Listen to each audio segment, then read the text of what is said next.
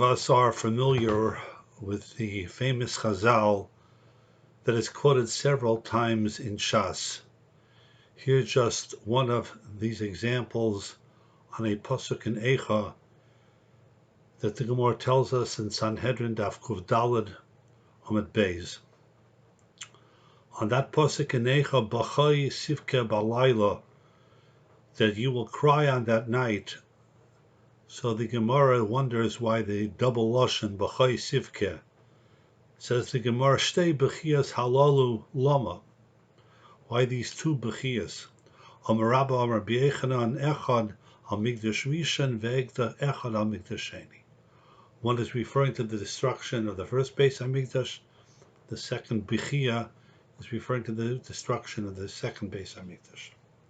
Balayla, B'chai Sivke Balayla. So the Gemara is medayik from that pasuk at night. Al Iske Laila. This all came about, this crying came about of something that happened at night. Shenemar Vatisa Kol Ha'eda Vayitnu Es Kailam Vayivku Ha'am Balayla Hu. That the people in the Midbar cried on that night. Amar Rabba Amar Vayichan Oisa Halayla Leil Tisha B'Avaya. That night was the night of Tisha B'Av. Amar Lahem HaKadosh Baruch Hu, Atem B'chisem B'chiyah Shel Chinam. You cried for no reason. Vani Ekva Lachem B'chiyah L'Dayros. I will establish that night a night of crying and wailing for millennia. The first Beis Hamikdash was destroyed on that night, the night of Tisha B'Av, as was the second Beis Hamikdash, as was Gerus Svarad, the expulsion from Spain, all of that because of the crying on that first night in the desert. What's the story? So the Meraglim, the spies, returned and issued their negative report about Eretz Yisrael, and the Torah tells us the people cried that night because what they perceived was the terrifying prospect of trying to conquer the land of Eretz Yisrael.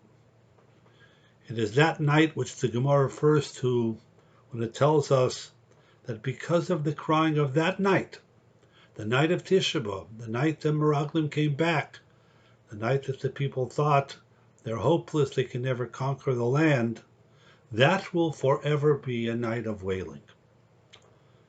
It is lahavdil, to borrow terminology from the very famous speech that FDR gave after the bombing of Pearl Harbor in 1941, in which he said, and we will borrow that terminology, this will be a night of infamy, because we will cry for millennia because of what happened on that night in the Midbar.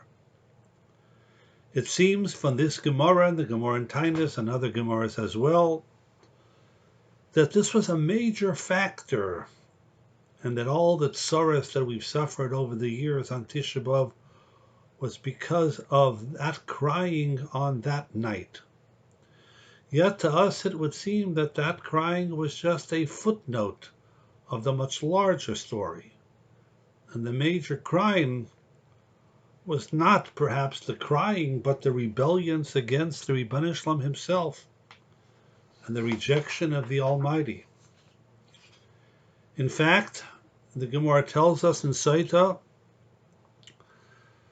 that when the pasuk says when they wanted to go and to kill Kalev and Yoshua, and they wanted to stone them because they stood up and defended Eretz Yisrael and encouraged the people to in fact conquer Eretz Yisrael, it was not only Yoshua and Kalev that the people were after and wanted to stone.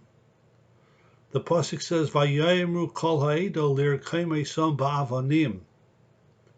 V'ksiv v'kved Hashem nira bo el moyed Amar Rav Chia bar Abba Malamed shenatlu avonim v'zorkum klape mala.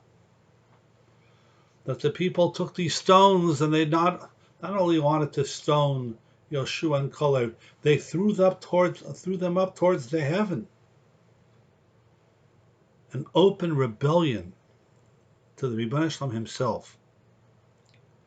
Yet the emphasis, the continued emphasis on the crying that night seems to be what sealed their fate. My good friend Rabbi Yaakov Luban of Edison, New Jersey, had a very interesting thought on this Gomorrah. And the reason this crying is so important is because it is emblematic of a fundamental flaw that existed in those people. And that flaw plagues us until this very day. And that flaw is the flaw and the tendency to blow things out of proportion, to lose perspective and what is important and what is trivial, and to make the tafel iker and the iker tafel. Yes, they just heard a negative report about Eretz Yisrael, negative things. They were fortified cities. There were giants that were roaming the land. The conquest would not be easy. It indeed would be hard. But nothing is impossible when the Ribbon Shalom is on our side, which is exactly the point that Yoshua and Kalev made.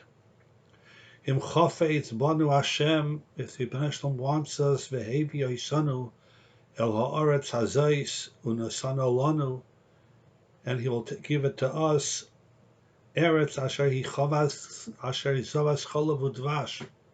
What are you worried about? The Ribbon Shalom will help us. This is a wonderful land, a land flowing with milk and honey. But somehow things began to spiral out of control. And from those fears and doubts that the people had, whether they would be able to conquer the land, the events devolved into an outright rebellion with the desire to kill Yoshua and Kalev. And even worse, they accused the Ribbon Shalom of a sinister plot and a conspiracy to kill them all out. The pasuk says in Parshas Dvarim, when the Torah recounts the story in Parshas Dvarim of what happened on that night, V'teirognu ba'olehechem v'teimru. And you went and you started slandering and talking in your tents, Sinas Hashem Isanu, because of the hatred that God has for us. Haitziyanu me'eretz Mitzrayim. It was all a plot to take us out of Egypt. Loseis Isanu biyado emeri lashmidenu. Don't you see what's going on over here? It's a conspiracy. The same Ribbon Shalom, the same God that took them out of Mitzrayim with the Esher Maches. The same Ribbon Shalom that split the Tzvi for them. The same Ribbon Shalom that had provided for them up till now miraculous food and miraculous water, who had enveloped them in clouds of glory and pillars of fire. But no, all this is to go ahead eventually to kill us out. Because of these some doubts about their ability to conquer the land, this mushroomed into an open rebellion against God Almighty. That fundamental flaw of not keeping things in perspective and maximizing rather than minimizing is the source of the Aveira that caused Churban Bayesheni. That flaw, this ability, this tendency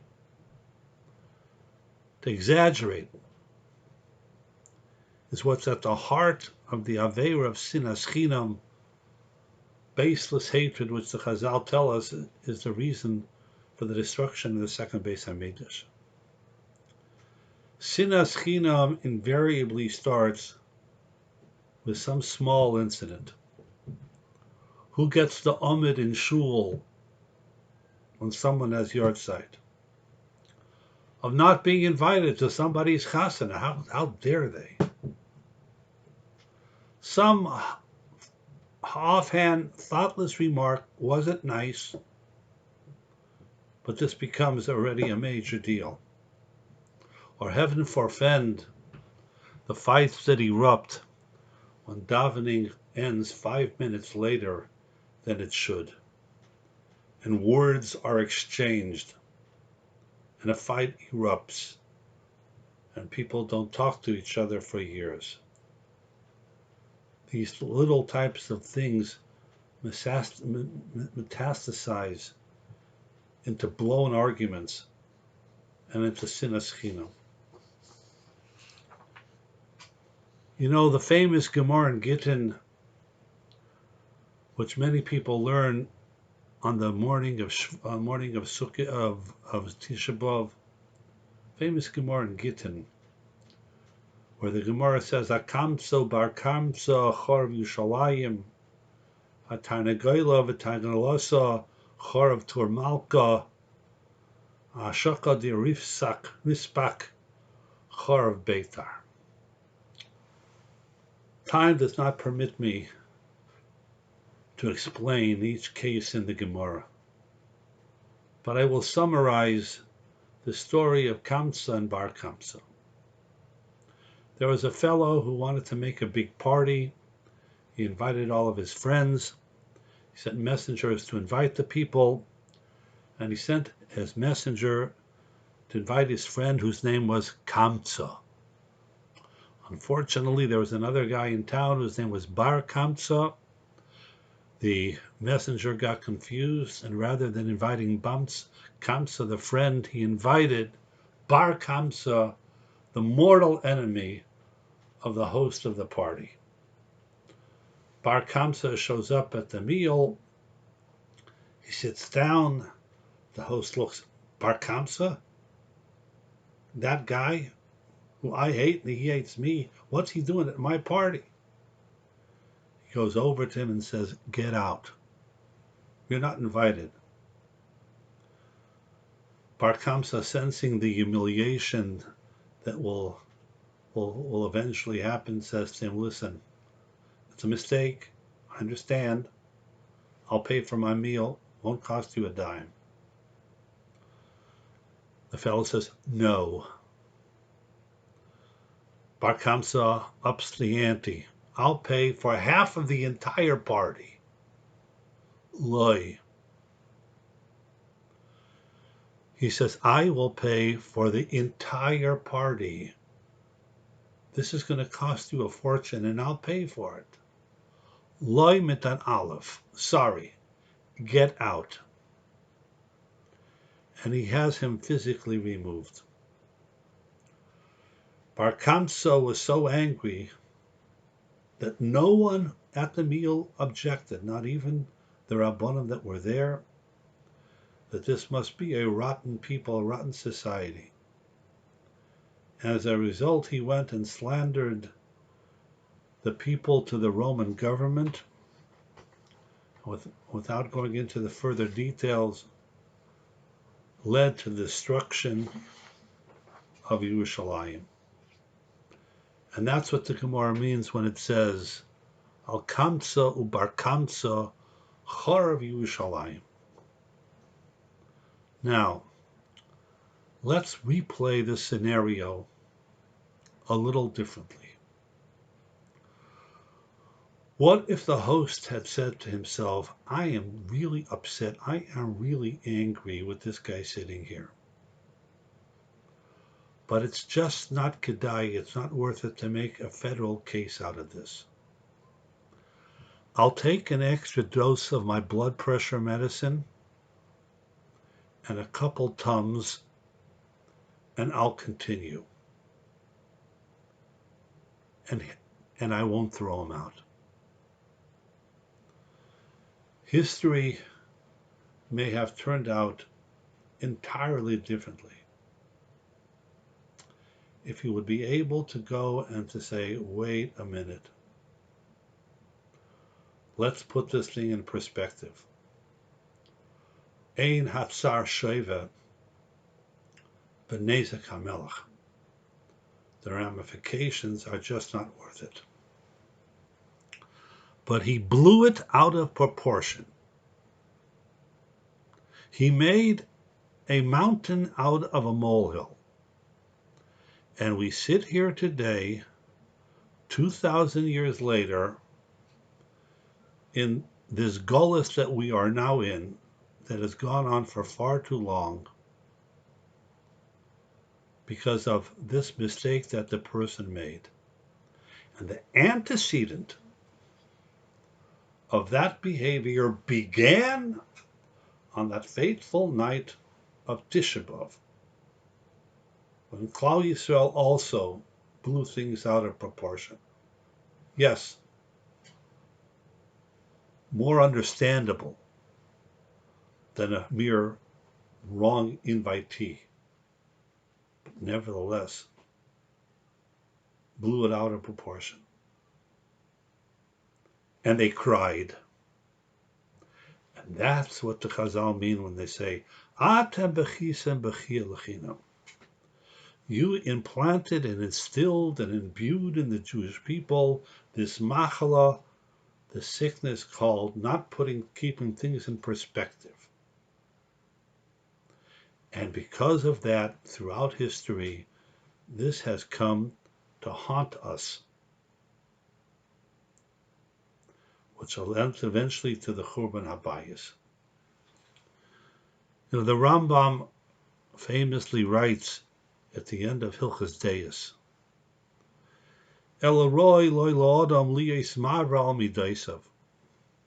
a person should be magnanimous. He should give in. He shouldn't stand on principle. He should not say, Hikev adin es ahar. So the Rambam, I'll call divrei ha'olam. With all the things that happen in this world, now listen to these words. Shehakoil eitzel hamivinim.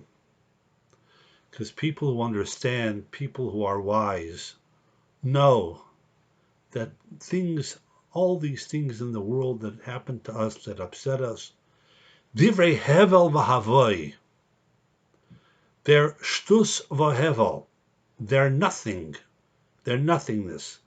Ve'einon kedai limkaim aleim, and it's not worth it to go ahead and to take revenge over these things. It's shtuyot. It's nothing. It's stupid. It's trivial. Einon kedai limkaim aleim. And if we could stop for just a minute when we get upset with someone or something and ask ourselves this question in the few seconds that we have before we react, will this make a difference 10 years from now? Will this make a difference 5 years from now? Will this make a difference a year from now? And will this even make a difference tomorrow? And if the answer is no, as it usually is, and we're able to control ourselves and not react and keep our mouths shut and just let it pass, then we will finally rectify that hate of that infamous night in the Midbar on Tisha B'Av, when people overreacted, which caused all the sorrows that we'll have. And if we can be successful and change this behavior and improve in this area, then we will end finally and cure the scourge of Sinas Chinam, which will bring Mashiach Tzidkenu b'mheira u'b'yameinu. Amen.